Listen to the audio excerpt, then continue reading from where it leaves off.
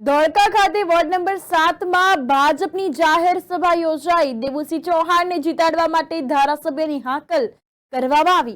તો આગામી લોકસભાની ચૂંટણી આવી રહી છે। ચૂંટણીને અનુલક્ષીને 17 ખેડા લોકસભાના ભાજપના ઉમેદવાર અને કેન્દ્રીય મંત્રી દેવુસિંહ ચૌહાણના પ્રચાર કાર્યક્રમ અંતર્ગત ધોળકા ખાતે વોર્ડ નંબર 7 ની જાહેર સભાનું આયોજન કરવામાં આવ્યું।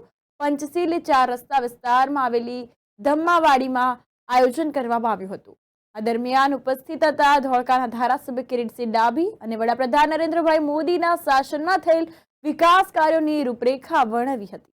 ભાજપના ઉમેદવાર દેવુસિંહ ચૌહાણને જીતાડવા માટે હાકલ કરવામાં આવી અને જાહેર સભામાં ધોળકા શહેર ભાજપ પ્રમુખ રાજુભાઈ દેસાઈ, વિધાનસભાના ઇન્ચાર્જ દિગ્વિજયસિંહ બારડ, ધોળકા નગરપાલિકાના પ્રમુખ અશોક મકવાણા, કારોબારી સમિતિના ચેરમેન કિંજલ જોશી ઉપરાંત લાલુભાઈ રાણા, ભારતી રાણા, હેતલ ધોળકિયા, ભરત પટેલ, કિરણ પટેલ, યશવંત મિસ્ત્રી તેમજ ભાજપના આગેવાનો અને કાર્યકરો તથા વોર્ડ નંબર 7ના સ્થાનિક રહીશો ઉપસ્થિત રહ્યા હતા।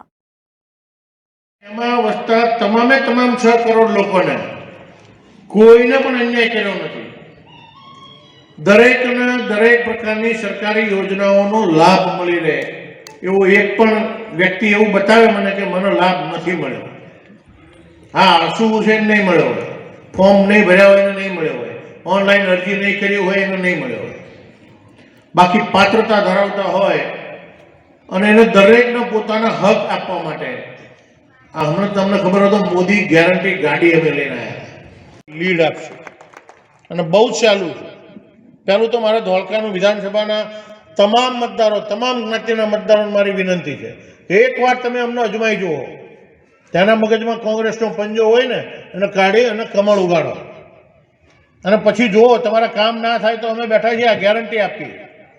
આવી ગેરંટી કોણ આપે? કોંગ્રેસમાં લાવો। એક પણ કોંગ્રેસનો આગેવાન ક્યારેય આપણા વિસ્તારમાં આવ્યો નથી, સતત 5 વર્ષ સુધી આવ્યો હોય તો બતાવો, લાવો। એ ચૂંટણી આવશે